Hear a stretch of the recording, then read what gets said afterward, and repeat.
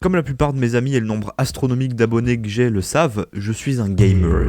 Le roi des gamers même des fois qu'on m'appelle. Et en tant que reconnu roi du gaming, mal alpha, gamer alpha, je me devais de faire une vidéo sur des jeux pour des mal alpha, faits par des mal alpha, des bêtes de guerre. Oui, je parle de Nintendo et spécialement de la franchise Super Mario, et on va en particulier parler de la musique et des OST.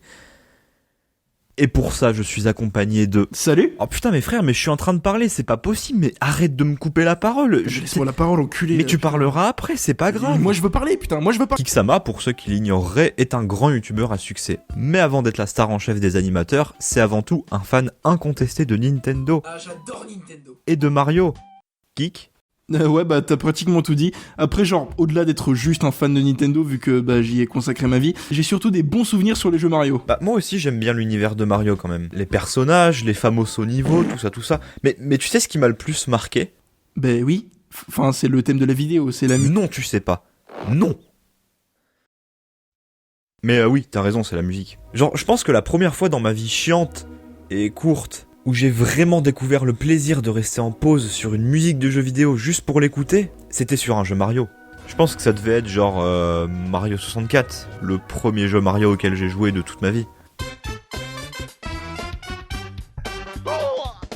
En général, ce que les gens retiennent de Mario 64, c'est le fait que c'était tout nouveau d'avoir un jeu en 3D chez la franchise, que le système de caméra était vraiment révolutionnaire, ou encore l'incroyable qualité des graphismes pour l'époque. Putain, j'ai vraiment kiffé Super Mario 64. On est d'accord que le jeu est insane de manière générale, mais moi je me rappellerai toujours de chaque musique, et la petite larme coulera à chaque fois que j'écoute l'OST. Il est tellement plein de caractère, et on sent que le compositeur s'est surpassé pour essayer de faire de la musique qui passe pour un jeu 3D qui... à l'époque, était un peu une technologie alien, faut le dire.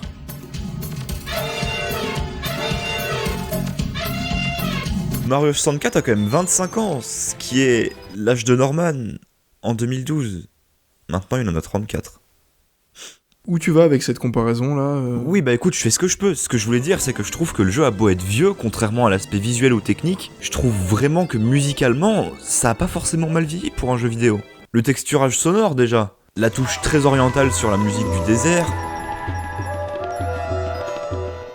Ou alors la musique Cave Dungeon où le compositeur a littéralement réussi à faire un combo entre la percussion et la basse. C'est un insolent.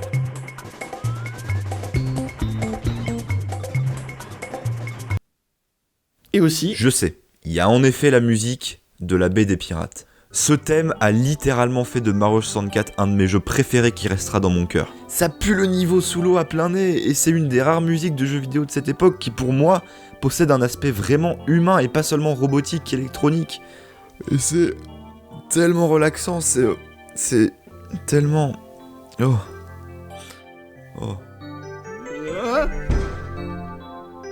C'est ça qui pour moi démarque la bande son de Mario 64. Son utilisation du leitmotiv, le fait que ce soit un des jeux qui pour moi a le mieux maîtrisé l'intégration et le style de musique à utiliser dans chaque niveau, situation, environnement. Si vous y avez joué, alors vous savez de quoi je parle. Sinon, trouvez un Micromania ou allez sur le bon coin, achetez une Nintendo 64, une cartouche de Mario 64, jouez-y et après on parlera. Et si vous le faites pas, je serais bien triste.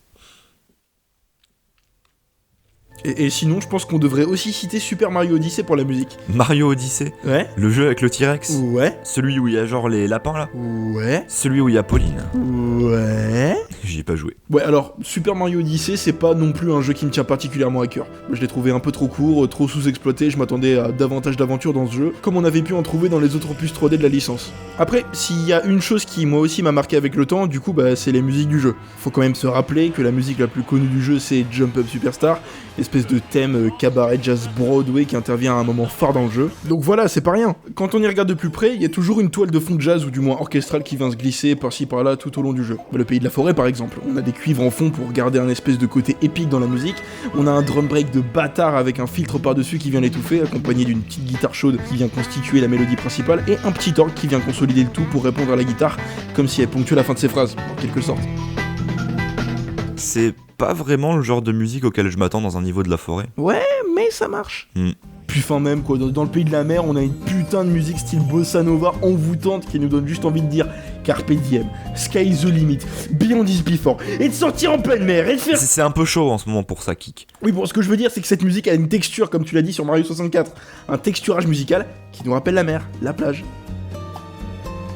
La guitare sèche crée la mélodie, les marimbas en fond nous rappellent les ondulations de l'eau, les cordes frottées nous rappellent la petite brise que l'on peut y trouver, le piano vient soutenir les marimbas avec une sorte de côté un petit peu lacté, et le bandoneon à la fin rajoute un petit côté pittoresque qu'on trouverait nulle part ailleurs, sauf en Corrèze. Et c'est qu'une petite partie de ce qui constitue l'OST du jeu. Et pourtant c'est déjà tellement cool. Ouais, mais sinon le reste du jeu est passable je trouve. Sans plus. Oubliable.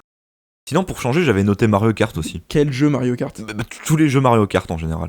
Genre, ce qui m'impressionne le plus dans les jeux Mario Kart, c'est qu'il y a un vrai travail adaptatif avec des musiques qui changent en fonction de la partie du circuit sur lequel on est. Et c'est quelque chose qui est tellement discret, j'ai mis du temps avant de capter, des années carrément. Par exemple, le cap coupe à sur oui. Ça commence doucement, à l'air libre, dans des cavernes, tu t'attends pas à grand chose. Et puis quand t'arrives dans le tunnel...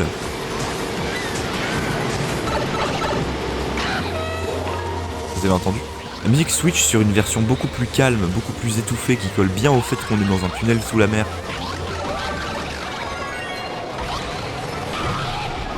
Je pense que la transition doit se faire au moment où on entend le... C'est tout con, mais c'est ce genre de détail qui est vraiment kiffant. Un autre exemple assez stylé, c'est dans le circuit Lagon-Tourbillon. Tu commences tout calmement, la musique est très calme, presque inaudible, on s'endormirait presque. Et puis d'un coup, un saxophone vient briser l'ambiance calme pour repasser dans l'atmosphère très concurrentielle du jeu, et on en revient au délire très jazz et un peu rock que Nintendo a depuis plusieurs années. Et je vais pas m'en plaindre, c'est juste beaucoup trop ouf. Je vais même pas m'attarder sur la folie qu'ils ont eu à enregistrer en live les musiques par des vrais musiciens pour certaines musiques de Mario Kart 8, qui, je pense, possèdent la meilleure bande-son de tous les jeux Mario Kart. Et je ferai l'amour avec quiconque osera me contredire. Et je vais même pas m'attarder sur le petit détail marrant qui me retournait le cerveau étant gamin. Circuit Music Park dans Mario Kart 7. Dans le circuit, tu passes 9 fois sur des claviers d'instruments. Et peu importe le moment, les notes jouées sur ces claviers seront en rythme avec la musique de fond. Je sais toujours pas comment ça marche. Je sais que ça peut paraître être un petit détail de merde, mais croyez-moi que moi, à 8 ans, j'avais l'impression de révolutionner la musique à l'aide de mon Mario Metal et de mon Kart B Dasher. Mais bon, je vais pas m'éterniser, j'ai plein d'autres exemples à citer, même sur Mario Kart DS on trouvait ce genre de petits détails, alors bon... Ah bah Mario Kart DS à l'ancienne, le bon vieux temps quoi. Bah ouais, mais j'ai perdu ma Nintendo DS, c'est dommage, je l'aimais bien, en plus elle était rose. Ah bah force à toi vieux. Attends, rose? Quoi? Rose? Mais quoi? Tu vas regretter cette moquerie Théo. En plus on a presque fini la vidéo. Quoi, déjà?